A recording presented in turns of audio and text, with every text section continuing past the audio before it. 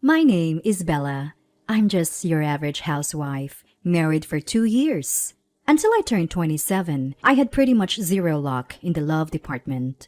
I went to an all-girls private middle and high school, followed by an all-women's university. After graduating, I worked as a receptionist at a big corporation where, unsurprisingly, all my colleagues were women. In my social circle, it was the norm for people to get invited to parties by business executives, but not for me. I never attended such gatherings. The reason was simple. Whenever I talked to men, I became so nervous that I couldn't even speak. I often received compliments on my appearance and got invited out a few times. I had dinner with some kind-hearted guys, but in the end, they'd say, "You're pretty, but there's not much else to you." Then it happened. My destiny knocked on the door. "Bella, will you go out with me?" That's what Lex, an employee from one of our client companies who always registered at my desk, said to me. People around us speculated we were dating since he would only give his contact info to me. But that wasn't the case. Whenever he tried to engage me in conversation, I just gave polite smiles like I did with everyone else. I truly thought I was destined to be single forever. But then, his confession changed everything. Can we maybe just start off as friends?" Caught off guard, that was my reply. And yet, he nodded so eagerly. It was as if his head would fall off, and he entered the office still smiling. This was a first for me. Until now, it had always been guys with clear, ulterior motives like, "Want to have dinner? Or free tonight?" But with Lex, I sensed no such intentions, just pure affection. I was so thrilled. I went out with him a few times. Though I still nervous and not much of a conversationalist, he accepted me for who I was. And that's when I knew. "Lex, would you like to be in a relationship with me?" He was overjoyed, even to the point of tears. This all happened 2 years ago on Christmas. At that time, I felt extremely happy, thinking I'd be blessed forever with such a loving person. But the crack in the facade came when his company went bankrupt. 2 years later, I am now 29. "Lex, you should probably wake up now." I called to my still sleeping husband, put on my shoes, and leave the house. Right now, I'm the only one bringing in money for our household. My husband's company went under 6 months ago, and he's been jobless ever since. He's been job hunting, but it's been rough. Not only is the economy bad, but his industry is also saturated. Even if he gets an offer, it's often for a take-home salary of just $2,000, making it difficult for him to commit to changing jobs. Despite all this, I continue to support him. Our love isn't so superficial that it would fade just because of unemployment. My salary has always been modest. We've never lived a life of luxury. We reside in a 2-bedroom rental apartment that's over 30 years old. It's not a secure building, and it's a 30-minute walk from the train station, but I was willing to compromise on many things to continue our life together. I suspected my husband still couldn't move on from the shock of his company going bankrupt. He had a few job offers, and I patiently waited, believing he'd find a good match and recover emotionally. But my hope was fleeting, and he continued to deteriorate. He even started taking his stress out on me, sometimes raising his hand in anger.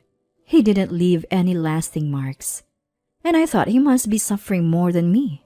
So I endured it, wanting to be supportive. Then a few days later, he finally landed a new job. He gave up on his previous industry and switched to a completely different one. The new place was willing to hire him despite his lack of experience, so he took the job. When he got it, I was relieved, thinking I wouldn't have to be his punching bag anymore. I'd wondered if he was becoming abusive, but it seemed like it was just a phase. Now he's working hard at the new company and even got promoted to team lead. A year has passed since then, and I turned 30. I was thinking about having kids soon. but the loving man I married seemed to have vanished. Hey, I told you I like toast. Why did you make pancakes? And if you're gonna serve fruit, at least remove the pit. My husband started getting angry over the smallest things and began saying awful stuff. Really, do you have to speak like that? You're an adult, Lex. Take out the pit yourself, I retorted, losing my patience. He responded by slamming his fist into the wall, intimidating me. I'm not confrontational, but I know instinctively that his behavior is emotional abuse. Lately, I've been careful not to provoke him, but we've been fighting a lot, and I'm emotionally drained. The breaking point for me was when he took it out on me. The pressure of his new job seemed to be the root cause. He got promoted to team leader shortly after proving his worth. Not everyone's telling him he's on the fast track to becoming a department head. Unable to bear this new pressure, he started lashing out at me, the easier target. Actually, I quit my job when I turned 30 to become a housewife. I'd always planned to leave my receptionist job in my 30s to pursue something I truly wanted to do. My husband knew this, so I retired as planned at 30. But it seems he doesn't like it. In this day and age, women need to work too. I can't support both of us on my salary alone, you know? Do you even appreciate who's providing for you? He complains while eating, then grabs his bag and leaves for work. When he was jobless, I was the one supporting him. So why am I the one being blamed now? That was when I began to feel distant from him emotionally. One day, I returned home to find unfamiliar shoes at the door. To my surprise, my mother-in-law was lounging in the living room. "Oh, Mom, what are you doing here?" When I approached her, my mom flatly said, "Didn't Lex tell you? I'm moving in here from today." I had never heard anything like this. Later, I found out the reason was that my father-in-law had passed away and my mom-in-law was feeling lonely. So my husband had suggested she moved in. Of course, no one consulted me. As I stood there stunned, Mom-in-law ordered me to start making dinner. "A homemaker's worth is proven by serving her family, so get on with it." Confused and frustrated, I went to the kitchen to make dinner anyway. Then as the food was nearly ready, Mother-in-law came in and said, "Lex hates stewed burgers. This is garbage." She dumped the almost finished dish into the trash. I was sitting inside, but oddly words failed me when I was confronted by this unexpected situation. Unable to speak up, I watched as my mom-in-law caused a scene. And then my mother-in-law started rummaging through the fridge and began cooking without asking. Finally, regaining my composure, I said, "Hold on, Mom. I planned meals for the week and bought groceries accordingly." Just as I said that, he dumped flour on my head. Coughing from the flour, I continued to watch her make her dish and then demand I clean up. My husband eventually came home and was delighted to see the meal. "Oh yes, this is the kind of food I want. No need for salads. Fried stuff is the best." Ignoring me, he happily sat down to eat with Mom. At that point, my heart felt like it had been smashed and painted over the black ink.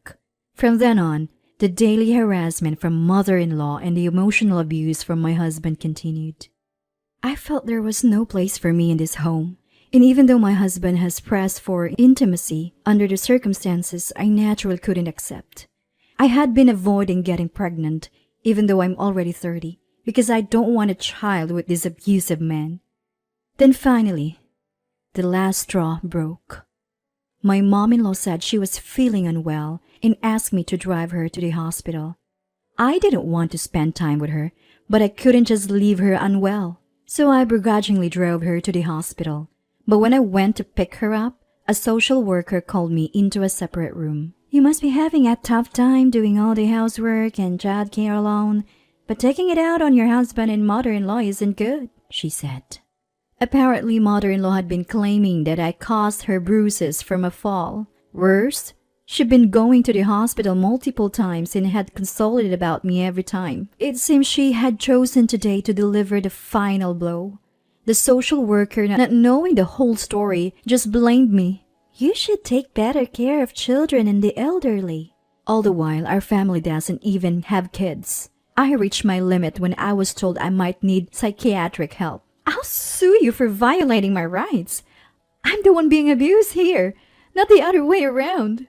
I showed evidence for my husband's abuses and the burn marks caused deliberately by mom-in-law. The social worker said she'd need to confirm this with mom-in-law, but I refused and left the hospital on my own. Soon after, my mom-in-law and husband returned home. Apparently, mom-in-law told my husband that I'd been mean to her. Shaking my husband said, You're parasite leaving of me. How dare you abandon my mother? I don't know what kind of story my mom-in-law spun for you, but judging by her fake tears, she lied again. I was tired of correcting her, so I walked out of the house ignoring both of them. That day, I didn't return home and spent the night in a business hotel. Thankfully, I had my wallet and cell phone, and I could easily buy a charger. I decided not to go back home for a while and ignore both of them. But one day I was walking near the house and ran into a woman in her 50s living across from our apartment. Was getting worried. Haven't seen you around. Also heard from your mom that you and your husband are going on vacation for a week or so. Hearing that, I couldn't help but let out a dry laugh. But then I thought, if not now, when? I immediately contacted a moving company and asked them to help me move out as soon as possible, even if it was a bit more expensive. Luckily, I didn't have much stuff, and the movers arranged to send everything to my parents' house in just 3 days. Let's see how my clueless husband and his mother, who have no idea how much I've contributed to our home, react. They belittle me without knowing anything, and I won't forgive them. I muttered as I faced our empty house, and then I went back to my parents' home. A few days later, my husband called me. Hey, Bella, where are you? Your room is empty. My husband, catching wind of the situation, kept demanding to know where I was. None of your business, I told him. By the way, I've already filed out the divorce papers since you've threatened divorce before. Just sign and submit them. I hung up the phone and blocked his number. And so, a peaceful life began. I woke up, did yoga, prepared breakfast, and sat down at the table with my parents. Lunch with mom and dinner as a family again. I felt so normal, yet it was a comfort and happiness I hadn't felt in a long time. My parents were surprised when they received my things but welcomed me warmly. Things took a turn when my husband found out I was at my parents' and waited for me nearby. I tried to run when I saw him, but he caught up and grabbed my arm. Bella, let's go home. The house is a mess without you. His grip tightened, and I yelled, Help me! A high school boy in his sports uniform happened to be passing by and came to my aid, and a nearby businessman called the police. With the police there, my husband retreated quietly. But as expected, my raging mother-in-law stormed into my parents' house. How dare you humiliate my son in public? What a disgrace you and your family are! Finally, I held my father back from confronting them and said. Meanwhile, my mother-in-law was outside our place, screaming threats and even mentioning defamation lawsuits. My dad was about to lose it and confront her, but I held him back. It's okay, I'm ready to settle this. I called my husband, who noticed the incoming call while next to mother-in-law and boldly said, I know you're cheating, and I have evidence. I'm going to sue you for abuse and get a settlement when we divorce. Hearing this, my husband began to panic. In truth, I had hired a detective to gather evidence after hearing rumors about him going to a hotel with a co-worker. So I had ample evidence of his infidelity. I had even visited a hospital and secured a medical certificate just in case they tried something. I had also recorded conversations to have evidence if needed. I planned to confront my husband and his mother once I felt emotionally ready. But I won't be quiet when they insult my parents. I know my mother-in-law has been taking money from my wallet. Also, ever since I left, I heard the house is in horrible state, even smelling bad. You're getting complaints from the neighbors, aren't you? Hearing this, my husband was at a loss for words. I got this information from a neighbor who told me my husband and his mother were out of town.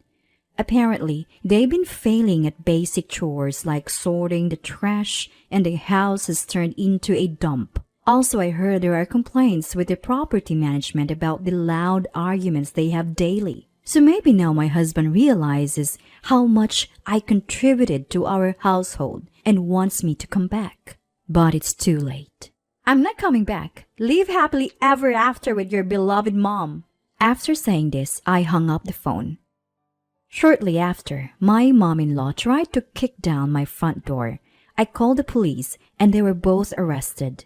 I later learned from my neighbor that they hadn't addressed any of the complaints through the management company. Eventually, the drama got so bad that it emptied out the entire apartment complex. The management finally took legal action against both of them, ignoring complaints, not paying rent, and disrupting business. They faced a lawsuit seeking damages. In the end, they were ordered by the court to vacate and pay damages. Now, they're blacklisted in the real estate market, unable to rent anywhere. Turns out, the reason for the unpaid rent was my husband making a costly mistake at work, leading to a pay cut. Unable to find another place in the area, he quit his job and moved far away. And yet again, he hit another roadblock in finding new employment. He ended up homeless, which led his mother to shoplift. She was arrested for injuring a store clerk who confronted her. I found out about this through online news. Beyond that, I don't know and don't want to know. After the divorce, I started working in my dream cafe. I met and became friends with a colleague who is 5 years younger than me. At 34, I remarried. By 40, we opened our own dream cafe, and now I'm pregnant. It's a late life pregnancy, but I've never been happier.